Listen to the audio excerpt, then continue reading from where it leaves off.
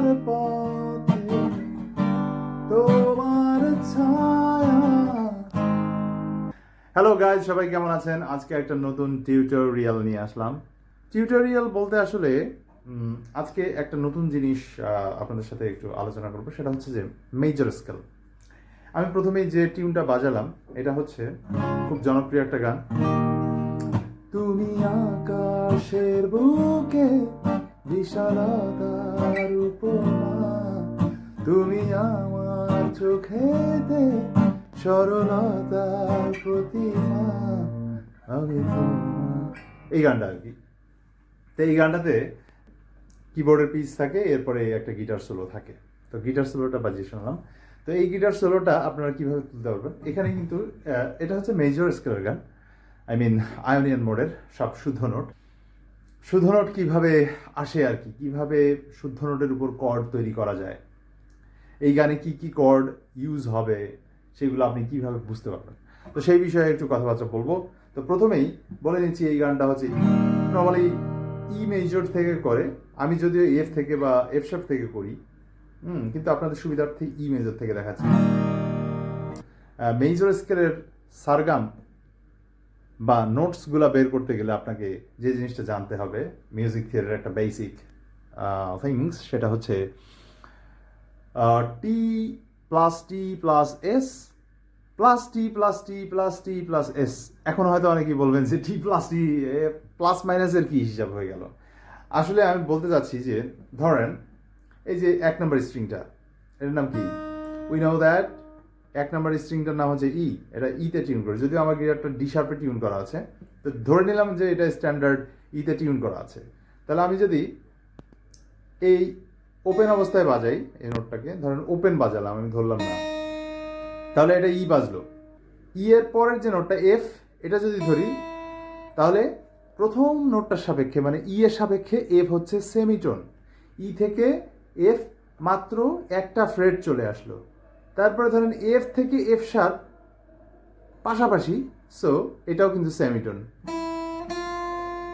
সেমিটোন মানে দুইটা জিনিস আছে, টোন এবং সেমিটোন। সেমিটোন হচ্ছে দুইটা পাশাপাশি। আর যদি টোন করি তাহলে এইটা বাদ দিয়ে পরেরটা।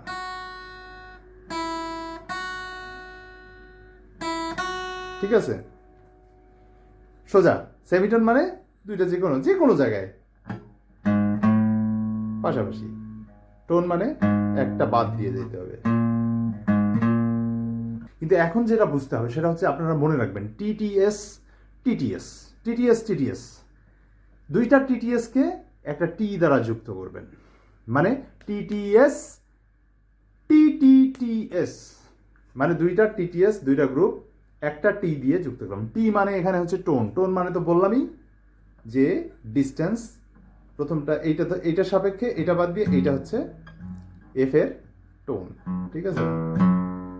আর এটা হচ্ছে সেমিটোন। এই তো। তাহলে আমরা দেখেন কিভাবে সারগামটা বের করি। একদম খুব ইজি। ধরেন আমি ওপেন অবস্থায় এটাকে সা ধরলাম, মানে একদম জিরো জিরো ফ্রেটে সা। এরপরে হচ্ছে রে, রে হবে হচ্ছে ওই যে সূত্র থেকে নিব টি, টি টি এস টি টি টি এস। তার মানে সূত্র থেকে প্রথমে টি নিলাম, টি মানে হচ্ছে একটা বাদ দিয়ে পরেরটা, তার মানে জিরো, তারপরেরটা বাদ দিয়ে এটা রে, টোন পাইলাম, টোন নিলাম, তাহলে রে হয়ে গেল। আবার সূত্রে কি আছে?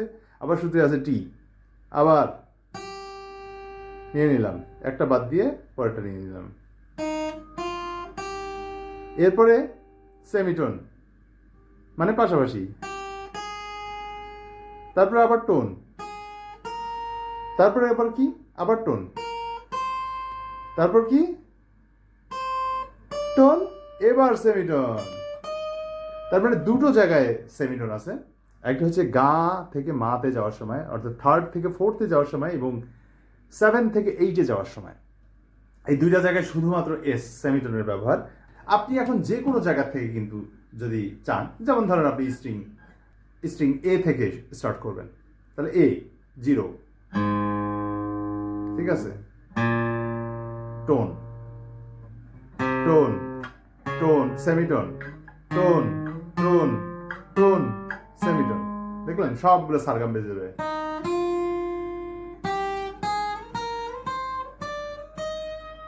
আপনি যে কোনো একটা নোট দিবেন, আমি এখান থেকে ধরলাম, এখান থেকে ধরলাম, এটাকে ফার্স্ট নোট নিলাম, এটা 3 নম্বর স্ট্রিং, 5 নম্বর ফ্রেট ধরেছি, মানে সি নোট।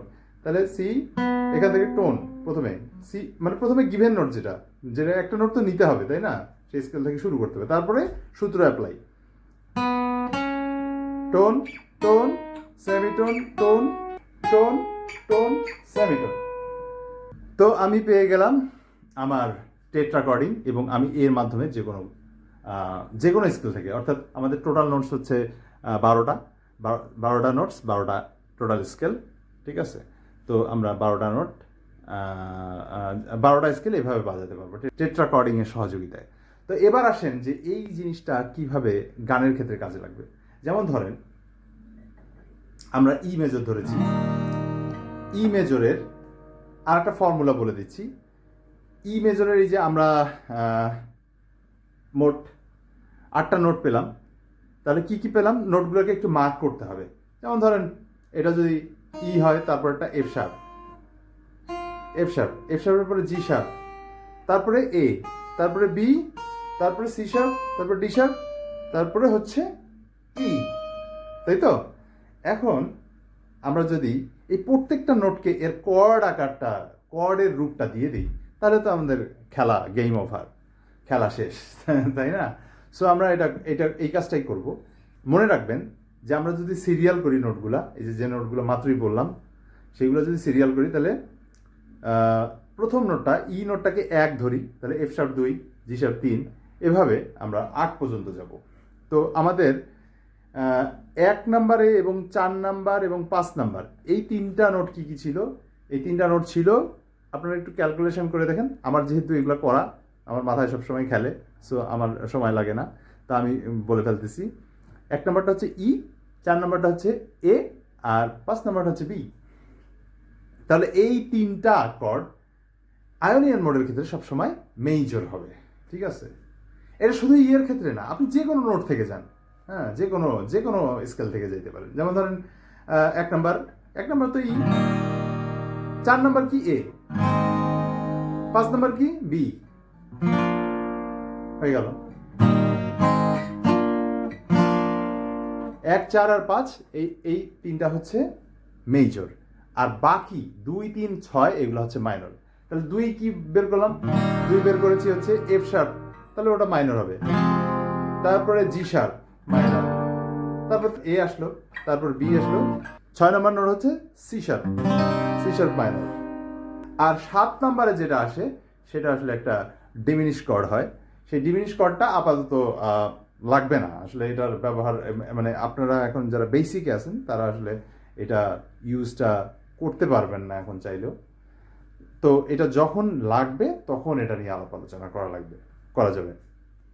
তো যাই হোক, আমরা পেয়ে গেলাম আমাদের টোটাল 6টা কর্ড। এই 6টা কর্ড আমরা যদি সারগামের সাথে গাই তাহলে কি হবে, সা রে গা মা পা ধা। নিয়ের ক্ষেত্রে আমরা নিচ্ছি হচ্ছে বি কর্ডটা, ডি মেজর কর্ডটা নিচ্ছি, মানে 5th কর্ডটা নিচ্ছি, কারণ ই স্কেলে 7 নাম্বার নোটটা হচ্ছে ডি শার্প, বি কর্ডে ডি শার্প নোটটা রয়েছে, কারণ বি এর মেজর যে ট্রায়াডটা সেটা হচ্ছে B, D sharp and F sharp. তো ডি শার্প নোটটা আমরা পেয়ে গেলাম, আর লাস্টেরটা আবার ই। তাহলে সা রে গা মা পা ধা নি সা। এখন আপনি এটা গানে অ্যাপ্লাই করেন। ধরেন আমি যদি সুরটা বুঝতে পারি কোনোভাবে, তাহলে কিন্তু কোয়ার্ডটা অ্যাপ্লাই করতে পারবো।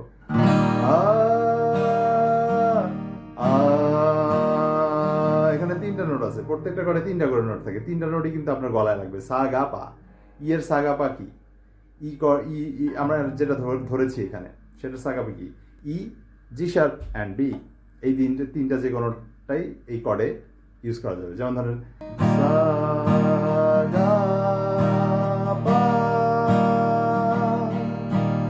মা ধা সা। এইভাবে দেখেন নোটগুলো লেগে যাচ্ছে। আমি ই আর এ এর ক্ষেত্রে দেখালাম।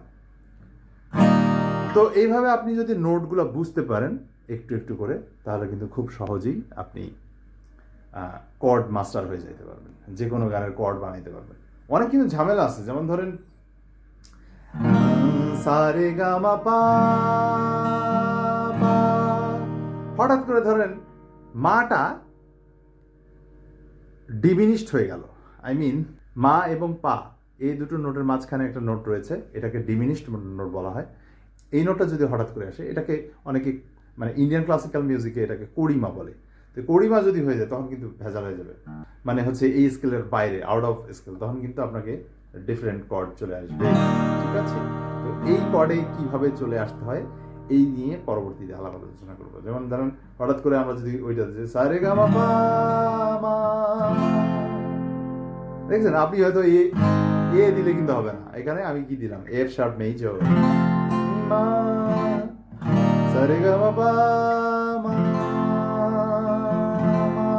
মা মা গা গা রে মা মা মা গা রে সা। এভাবে আপনি যদি প্র্যাকটিস করেন 100% আপনি তখন এই নোটগুলো বাজাতে পারবেন এবং এই নোটের কর্ডগুলো বুঝবেন, এবং সেই সাথে আপনার কিন্তু এই সোলোগুলো তোলা খুব ইজি হয়ে যাবে। থ্যাংক ইউ, সবাই ভালো থাকবেন, আল্লাহ হাফেজ।